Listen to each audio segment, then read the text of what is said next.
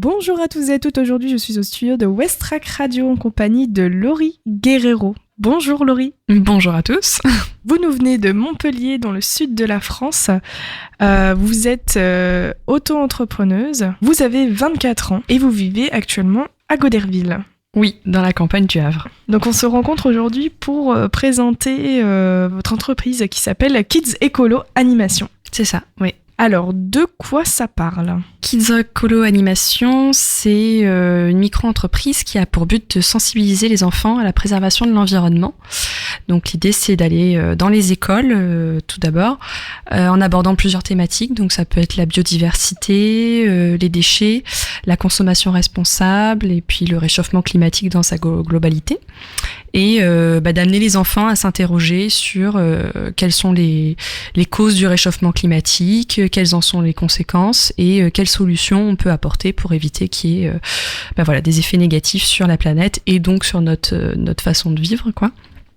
Et donc autour de ces thématiques, les enfants sont par petits groupes. L'idée, c'est vraiment qu'ils soient au centre de la séance, qu'ils aient la parole, que moi j'aime pas l'idée qu'ils soient derrière leur bureau et qu'ils m'écoutent parler, donc je veux vraiment qu'on soit tous ensemble. Il y a plein de supports, il y a plein de jeux pour qu'ils se questionnent eux-mêmes et qu'ils trouvent eux-mêmes les réponses. Que moi j'ai juste à leur poser les bonnes questions, à orienter leur réflexion.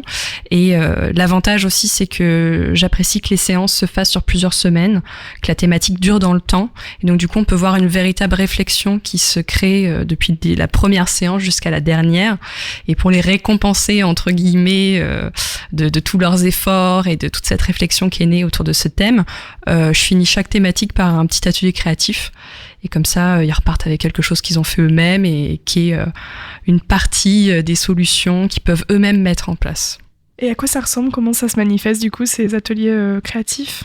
C'est surtout autour du zéro déchet, de la thématique du zéro déchet. Donc on fabrique par exemple des éponges à base de chaussettes, où ils sont autorisés à découper leurs chaussettes, des chaussettes usées pour en faire des tawashi. On peut aussi faire du dentifrice, on fait aussi des calendriers des saisons, des choses comme ça. Et en général, ils sont vraiment très très fiers d'avoir réussi à faire quelque chose eux-mêmes. Est-ce que les adultes sont aussi conviés ? On imagine que non, parce que c'est Kids Écolo, mais est-ce que par moment les parents sont conviés aux ateliers créatifs ? Ça dépend du contexte. Dans le cadre de l'école, pas forcément, parce qu'ils sont déjà avec la maîtresse. Après, en centre de loisirs ou en tant que particulier pour un anniversaire, par exemple, pourquoi pas. Mais là, dans le cadre des centres de loisirs et des particuliers, on sera plus sur des ateliers créatifs, donc ça s'y prête plus. Alors qu'à l'école, on va plus travailler sur la réflexion, sur des thèmes en particulier. Il y aura un côté un peu plus court. Et du coup, moi, je préfère que les enfants, ils aient vraiment un temps de parole vraiment pour eux et que ce soit un temps uniquement à eux, quoi. Comment ça s'est déclenché alors chez vous ? D'où c'est venu ? Déjà, parce qu'il y a toujours eu un petit côté sensible à la nature, sensible à mon environnement, tout ça. Mais le gros déclic, c'était de faire quelque chose où je me sentais utile. Et dans mon activité salariée, je me sens utile, il n'y a pas de souci, mais personnellement, pour ma planète, pour moi, pour quelle trace je vais laisser dans ce monde, finalement, j'avais envie de quelque chose d'un peu plus axé sur l'écologie. Et donc je me suis dit pourquoi pas, après tout j'avais pas grand chose à perdre, les animations, les idées étaient là, les supports étaient tout à créer, mais j'ai toujours ce côté là que j'aimais bien, donc je me suis dit allons-y quoi, testons, et puis ça a pris quoi. Donc au final, c'est plutôt positif. Et selon vos expériences personnelles, qu'est-ce que vous avez vécu qui vous ont aidé à vous dire « c'est un constat que je fais, mais aujourd'hui, je passe à l'action » ? La prise de conscience sur l'écologie et sur le besoin d'agir, c'est déjà venu de l'huile de palme à la base. Moi, j'étais une très très grande consommatrice de tous les produits chocolatés à base d'huile de palme, enfin voilà. Et il y a encore 5 ans, je vous raconte pas mes petits déjeuners, mais bon, ça faisait peine à voir. Et puis un jour, j'ai été sensibilisée à ça et ça m'a fait un déclic. Et je me suis dit mais c'est juste pas possible quoi, c'est juste pas possible. Comment moi, petite citoyenne sur la planète, je peux me permettre de détruire mon environnement pour mon propre confort et ma gourmandise. C'est pas possible. Quel a été votre premier geste après cette prise de conscience ? Déjà le boycott. le fait de boycotter tous les produits qui contenaient justement l'huile de palme.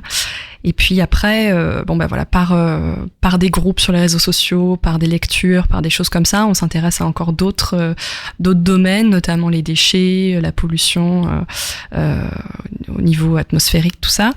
Et puis donc on va participer à un ramassage de déchets sur la plage, par exemple. On trie et puis on se rend compte qu'il y a encore plein de choses à faire autres que le tri. Que le tri c'est bien, mais en fait il y a tout plein de choses à faire avant de trier. Il y a plein de déchets qu'on peut éviter. Et finalement, ça s'immisce petit à petit dans son quotidien et ça devient des actions qu'on fait tous les jours et dont on se rend même plus compte. Et puis on en retire quand même une petite fierté de se dire qu'on a changé sans se priver et qu'au final c'est pour le mieux. C'est juste une question finalement de changer ses habitudes. Ouais, c'est une question de choix aussi. Je pense que voilà, on s'inscrit dans une AMAP, on consomme du bio, on essaye de limiter sa consommation de viande. Faut pas le sentir comme une privation parce que sinon il y a vite un découragement, je pense. On se sent vite seul, surtout quand on croise les caddies dans les supermarchés, des gens qui achètent des choses qu'on achetait avant et qu'on ne veut plus acheter. C'est assez décourageant parfois, mais si on se dit qu'au final on a envie de plus mettre de l'argent dans un produit qui nous tient plus à cœur, qui est plus en accord avec nos valeurs, au final on est gagnant. Et au final, après, on passe dans ces rayons qu'on avait l'habitude de fréquenter et on se dit que ça nous correspond plus du tout et qu'on préfère dépenser notre argent dans quelque chose qui a plus de valeur pour nous finalement. Et aussi dire non, c'est dire oui à autre chose. Ouais, tout à fait. C'est ce qu'on voit avec les enfants. Ça leur a fait énormément bizarre.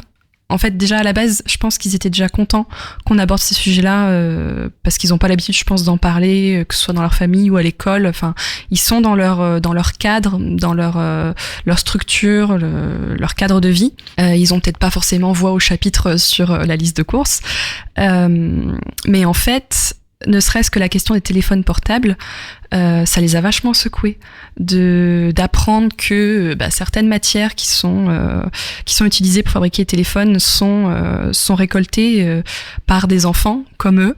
Et puis j'ai pas eu besoin de leur dire, en fait ils l'ont trouvé tout seuls quand je leur ai dit que il fallait des petites mains, des gens, des petites personnes qui puissent se faufiler partout. Ils ont vite trouvé que c'était des enfants et ça leur a paru tellement anormal, tellement injuste, qu'il y a eu un petit sentiment de vouloir mieux faire et un peu de révolte et de remise en question de tout ça. Et je pense que ça, sans vouloir les choquer, mais je pense que c'est important quand même de pas leur cacher ça, de pas leur faire croire qu'on vit dans un monde de bisounours. Il y a quand même des choses qui sont en train de se passer en ce moment, qui sont importantes pour leur futur. C'est bien qu'ils en aient conscience et qu'ils aient envie eux-mêmes de pouvoir agir sans forcément attendre que ça vienne des adultes ou attendre d'être plus grands, quoi. On invite nos auditeurs à se présenter sur votre site internet kids-écolo.com et votre page Facebook. Oui, Kids Écolo Animation, et puis on est aussi sur Instagram. Laurie, est-ce que vous avez un dernier mot avant de conclure cette interview ? Si j'avais un message à faire passer, c'est que tout d'abord, toutes les suggestions sont les bienvenues, et puis surtout que faut pas hésiter. Je pense que on est à une époque où si on veut agir, c'est maintenant ou jamais. Et que si les gens ont des initiatives, si les gens ont envie, si les gens ont envie de s'intéresser à ça et en ont marre d'être sur leur canapé à se dire que les choses vont se faire toutes seules, allez-y quoi, osez, n'hésitez pas, rejoignez-nous sur des groupes Facebook, allez participer à un ramassage de déchets et puis ça se fera. Et de toute façon, on a besoin de tout le monde et c'est ensemble qu'on arrivera à faire quelque chose de positif sur la planète. Donc allez-y. Je vous remercie beaucoup, Laurie. Merci beaucoup, Marie-Ange.